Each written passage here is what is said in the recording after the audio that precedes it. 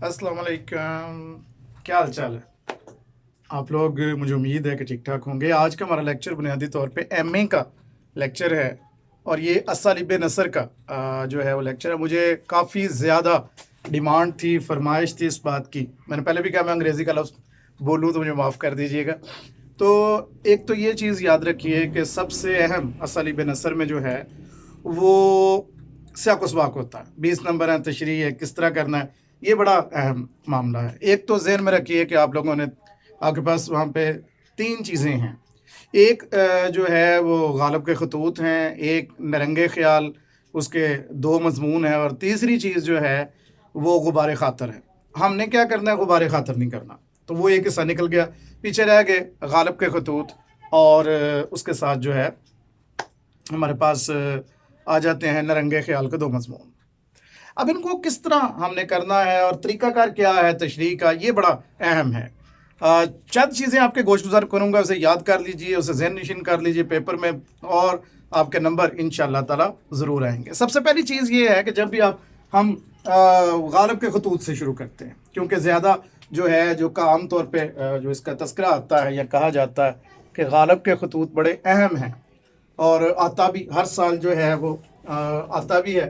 तो इस लिहाज से जो है हमें ये थोड़ा सा देखना पड़ेगा कि ये क्या मामला है। सबसे पहली चीज़ ये है कि जिसके नाम ख़त है, जिसके पहले सबसे पहले अगर आपको पता है ख़त किसके नाम है, तो 3 ही ख़त हैं जो बड़े मशहूर हैं। और एक तो वो पैराग्राफ जो है इक़्तिबास, आप उसे या नसर पारा लिखेंगे। पैराग्राफ अंग्रेज़ी का लफ्ज़ है, वो ना लिखें तो बेहतर है, लेकिन अगर आप लिख लेते हैं तो कोई ऐसी ममानत नहीं है, कोई ऐसा जुल्म नहीं होगा, ज़्यादती नहीं होगी। तो ये एक तो ज़हन में ये रखिएगा बात कि उस वक्त हमारे पास जो है हमें पता होना चाहिए ख़त किसका है। एक वो ख़त जो ये हमारे पास है मुंशी हार गोपाल तफ्ता का ख़त, ये हमारे पास है, ये पहले ख़त है, उस लिहाज से ये पहले ख़त है। तो आप सबसे पहले ख़त बनाम किसके नाम है वो लिखेंगे, मुंशी हार गोपाल तफ्ता, ये आपको पता होना चाहिए। अगर फ़र्ज़ करें नहीं आता, छोड़ दें, छोड़ दें, क्योंकि ये 20 नंबर है, इसकी तकसीम चेक करके ज़हन में चल रही है, उसके ज़हन में ये तकसीम मौजूद है, ये 2 नंबर उसके मौजूद हैं, ये 2 नंबर आने ही आने हैं। ये बाज़ के नज़दीक 3 नंबर है, लेकिन बाज़ के नज़दीक 2 नंबर है। मसलन ख़त किसके नाम है? मुसन्नफ़ ज़ार है, मिर्ज़ा असदुल्लाह खान गालिब है, माखज़ इसका खतूत गालिब या मकातीब गालिब। अगर कोई जो है वो खतूत गालिब भी लिख देता है तो फिर भी दुरुस्त है, अगर कोई खतूत गालिब भी लिख देता है फिर भी गलत नहीं होगा, दुरुस्त है। सिन्फ ज़रूर तहरीर कीजिए कि सिन्फ के एतबार से क्या ख़त है, सिन्फ के एतबार से ये ख़त है, तो यकीनी तौर पे हमारे सामने ये आ गया। अब इक़्तिबास मैं आपको 2 इस मुंशी हार गोपाल तफ्ता में से 2 इक़्तिबास जो है आपके सामने रखूँगा, और फिर आपको एक पहला इक़्तिबास है, पहला ही कौन सा, तुम जानते हो कि ये क्या मामला है और क्या वाक़या है। वो एक जन्म था कि जिसमें हम तुम बाहम दोस्त थे, और तरह तरह के हम में तुम्हें मामलात मेहर मोहब्बत दरपेश आए, शेर कहे दीवान कहे। इस ज़माने में एक बुज़ुर्ग थे हमारे, तुम्हारे दोस्त दिल्ली थे। आप ज़रा इस तरफ आ जाइए, ये इक़्तिबास पहला इक़्तिबास है। सियाक़ व सबाक़ जो है आपके पास 3 नंबर है कुल, इन 3 नंबरों को आपने ज़ाया नहीं करना। बड़ा आसान तरीकाकार सियाक़ व सबाक़ का, आपने ये जो इक़्तिबास आया है ये बताना है कि इससे पहले क्या हुआ, बाद में क्या हुआ। सादा तरीकाकार मैं बताऊंगा, उलझन में नहीं पड़ता, सादा तरीकाकार क्या है। ये इक़्तिबास खतूत गालिब में से मुंशी हार गोपाल तफ्ता के नाम ख़त में से लिया गया। ठीक हो गया। पहली चीज़, ये कहाँ से लिया गया? ये खतूत गालिब में से लिया गया। किसके? मुंशी हार गोपाल तफ्ता के ख़त में से लिया गया। ये इक़्तिबास का ख़त का इब्तदाइया है, यानी आगाज़ है, ये उसका आगाज़ है। अगर फ़र्ज़ करें ये आगाज़ ना होता, मैं अगले जो मेरे लेक्चर होगा उसमें बताऊंगा अगर दरमियान से आ जाए तो फिर क्या होगा।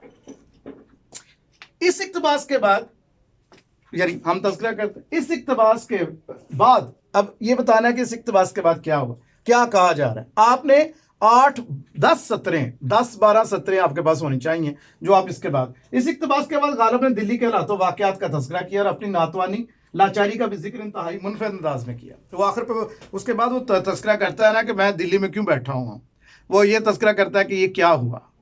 यहाँ तक आपको बात समझ आ गई होगी, मैं आगे चलता हूँ। उसके बाद आ जाइए, ये हमारे पास जो है वो अगला हिस्सा बनता है तशरीह का। अब यही असल में हिस्सा है, ये बुनियादी हिस्सा है, और पेपर में आपके पास लिखा होता है कि साथ फ़नी महासन भी इसकी वजाहत कीजिए। फ़नी महासन क्या है? फ़नी महासन से जो फ़नकारी की गई है, जो फ़नी सलाहियतें हैं, जो एक मुसन्नफ़ की, वो क्या है, उसकी ज़ुबानों पे आया है, उसका असलूब है, उसका तरीक़ाकार है लिखने का।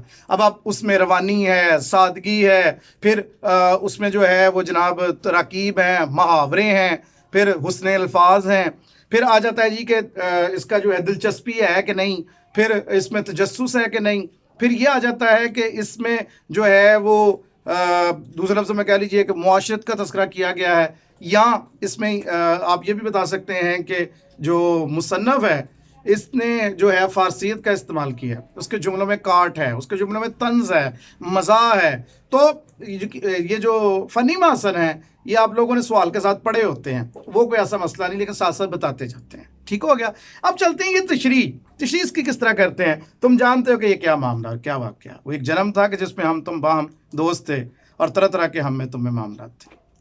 अब इसकी तशरीह किस तरह करेंगे, ये दिलचस्प चीज़ है। तशरीह जो है आपकी 6 सफ़ों पर होनी चाहिए।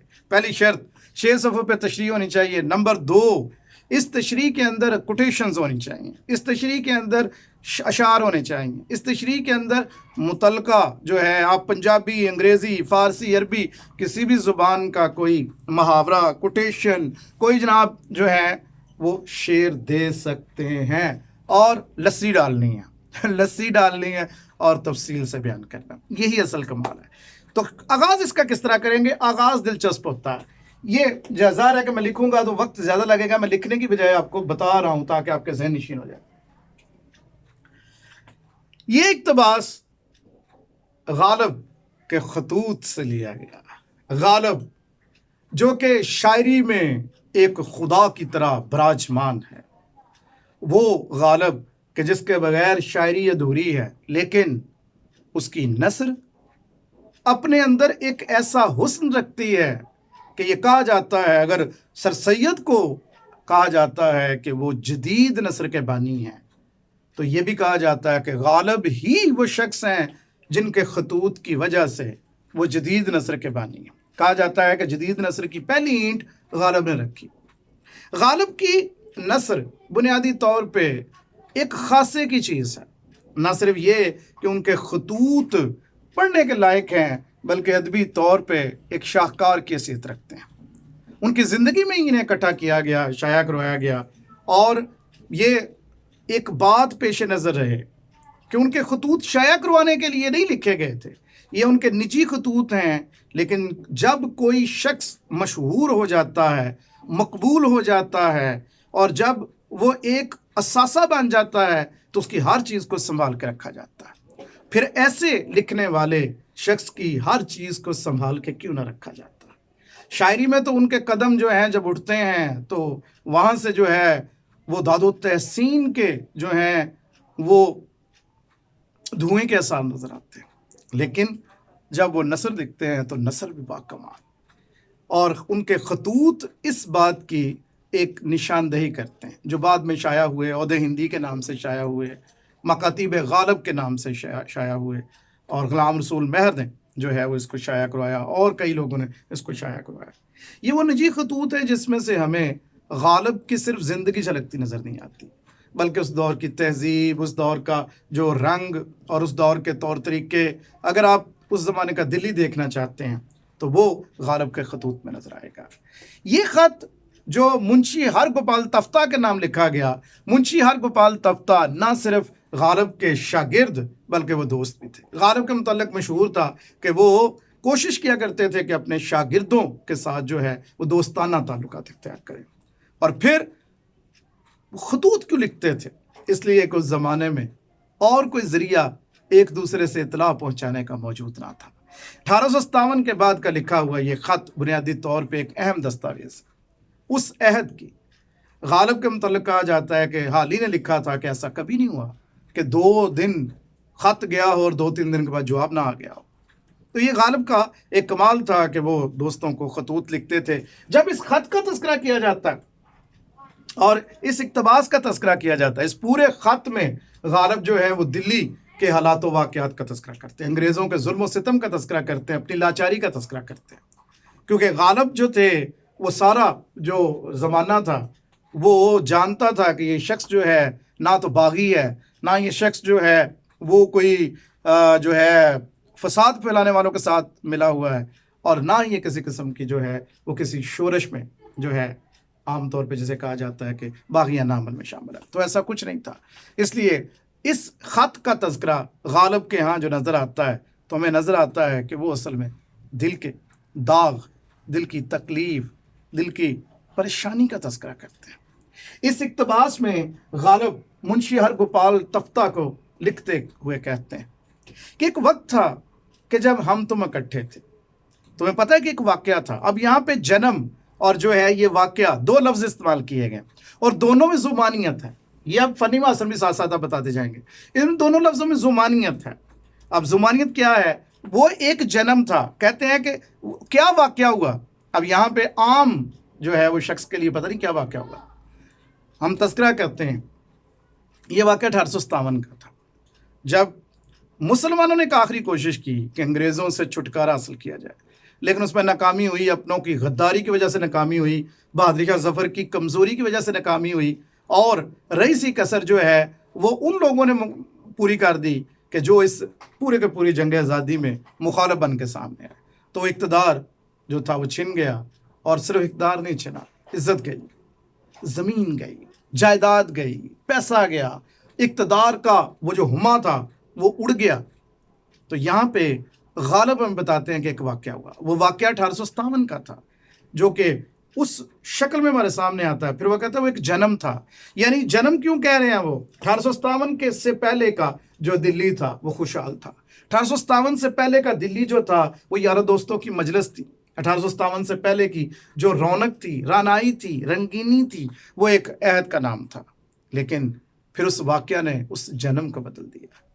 यहाँ पे मुसन्नफ़ ये तज़किरा करना चाहते हैं कि कभी एक वक्त था कि जब हम इकट्ठे बैठा करते थे और हम तुम एक दूसरे से बात किया करते थे। यहाँ ये भी साबित होता है कि उनके ये दोस्त अब जो है वो वहाँ पे मौजूद नहीं है। अब वो यहाँ से हिजरत कर चुके हैं, क्योंकि गालिब के बहुत सारे दोस्त जो थे वो अहबाब वो हिजरत कर गए, कुछ मारे गए। वो तज़किरा करते हैं, कहते हैं कि क्या तुम्हें पता है कि हम तुम में, मुझ में और दोस्तों में मेहर मोहब्बत का एक जो था दौर था।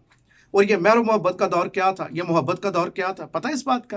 कहते हैं कि हम इकट्ठे बैठते थे, शेर होते थे, दीवान लिखे जाते थे, एक दूसरे से जो है गपशप होती थी तहरीरी तौर पे। और ये ज़माना जो था वो कहते हैं कि दोस्तों का ज़माना था, मोहब्बत का ज़माना था। यहाँ तज़किरा करते हुए कहते हैं, क्या तुम्हें याद है हमारे दोस्त दिल्ली थे? अब इसमें दो मायने हैं दिल्ली के।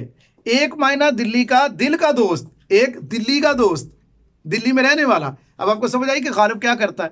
गालिब के यहाँ कमालात ये हैं कि ज़ुमानियत। फिर ख़त, इसका अगर आप आगाज़ देखें तो गालिब ने ख़त का आगाज़ ही बड़ा दिलचस्प किया, उसको आगे जाके बहस करते हैं। तो यहाँ पे ये याद रखिए कि वो कहते हैं कि हमारा एक दोस्त हुआ करते थे, और वो दोस्त जो हैं अब वो कहते हैं कि नहीं रहे।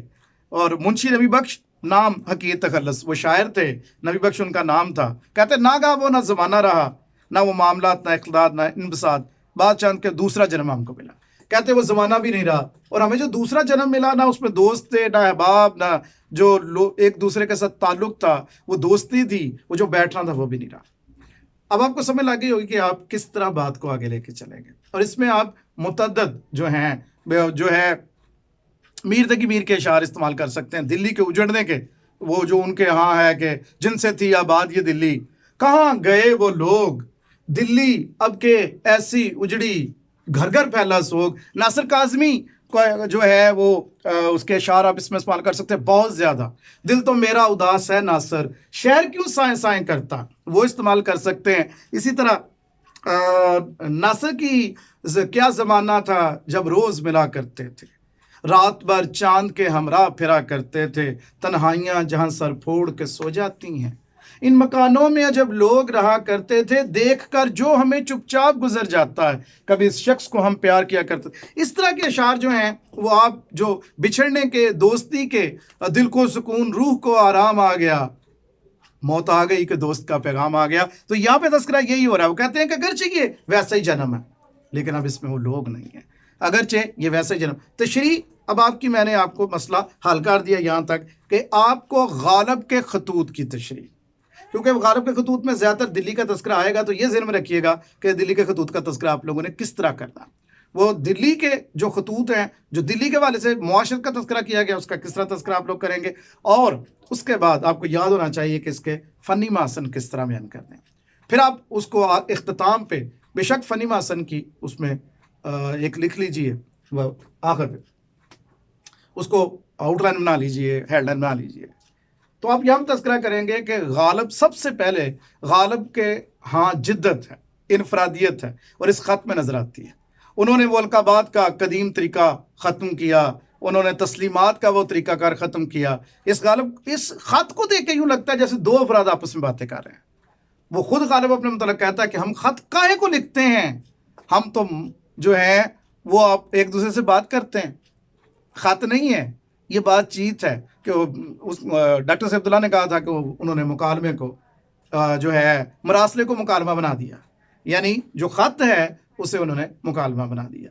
इस तरह आप इसमें जो है इसकी रवानी जो है उसके अंदर जो ज़ुमानियत है उसका तज़किरा, और फिर ये बता सकते हैं कि गालिब के यहाँ जो है वो कई ऐसे इशारे कनाए मिलते हैं और बाज़ ऐसे लफ्ज़ हैं जो अपने अंदर कई मायने रखते हैं जो कहीं और से।